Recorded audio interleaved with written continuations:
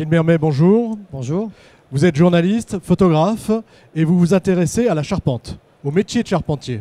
Au métier de charpentier, ce qui m'a intéressé dans le projet de ce livre, c'est vraiment de travailler autour des hommes, de leurs gestes, de leur passion, essayer de communiquer à travers ce livre la passion des charpentiers pour leur métier.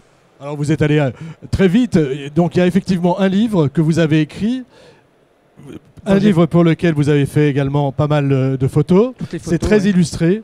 Alors l'idée de ce livre, c'est quoi? L'idée de ce livre, c'était de mettre en valeur ce métier.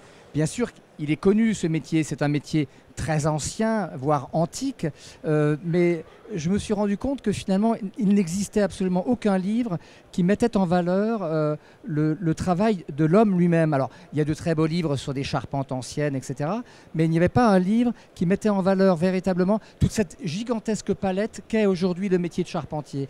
Parce que, évidemment... Vous-même, vous avez découvert ce qu'était un charpentier d'aujourd'hui. Vous aviez une idée préconçue sur ce métier? Ah, mais j'avais une idée totalement préconçue. La preuve en est, c'est que je partais sur une fausse piste, dans la mesure où au départ j'avais proposé à la Fédération française du bâtiment et aux Compagnons du Devoir et du Tour de France, qui étaient mes partenaires, de faire un livre sur les très belles charpentes de France. Et ils m'ont dit, bien sûr c'est très beau les belles charpentes de France, mais c'est plus du tout notre métier. Voilà, nous aujourd'hui on fait autre chose.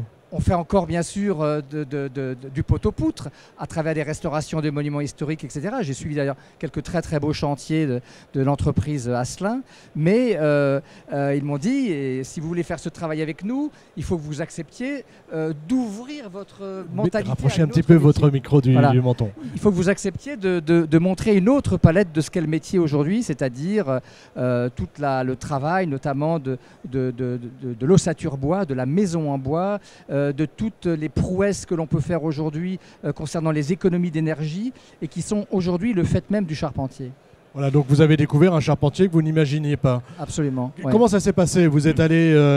votre livre est très concret, hein, on voit des gens qui travaillent, on n'est pas du tout dans le livre qui va nous montrer quelque chose d'extraordinaire sans qu'on voit personne. Là, on a des gens qui travaillent, on est vraiment dans le métier. On a les mains dans la sueur, quoi. Pas dans le cambouis, mais dans la sueur. Absolument, je n'ai pratiquement aucune photo qui montre un chantier totalement terminé. De toute façon, quand il est terminé, il est recouvert d'un toit.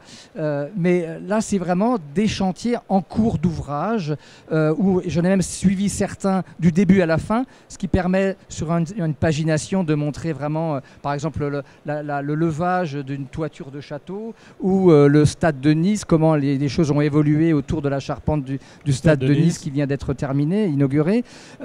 D'autres concernant des maisons à ossature bois. Ce qui m'a intéressé vraiment, c'était de retourner plusieurs fois sur le chantier pour voir une évolution justement et de voir le travail des hommes. Voir le travail des hommes. Donc c'est ça que vous avez retenu en fait de cet ouvrage. Cet ouvrage, on le trouve... Alors est-ce qu'il est sorti? Pas tout à fait, je crois. Hein. Écoutez, il est en cours de distribution. Il sera en librairie, je pense, autour du 20 novembre. Là, il est actuellement déjà à la librairie des Compagnons du Devoir et du Tour de France. Au centre de Paris, qui est dans le 4e arrondissement. Rue de l'Hôtel de Ville, derrière l'Hôtel de Ville à Paris, et qui est présent ici au salon. Donc, Gilles Mermet, charpentier, un métier d'art et d'avenir, aux éditions de La Martinière. Voilà, c'est ça. Le prochain, c'est quoi? Le prochain métier? Alors le prochain métier, je pense peut-être à la métallerie et lié aussi à la ferronnerie d'art, mais autour d'un travail plus particulier sur Paris. Mettre en valeur l'histoire de Paris à travers ses chefs-d'œuvre de ferronnerie voilà, enfin, en allant jusqu'au XXe siècle, bien sûr, pour montrer ce que c'est que ce travail magnifique. Voilà, donc en attendant la ferronnerie, le charpentier, la charpenterie. Merci beaucoup. Merci à vous.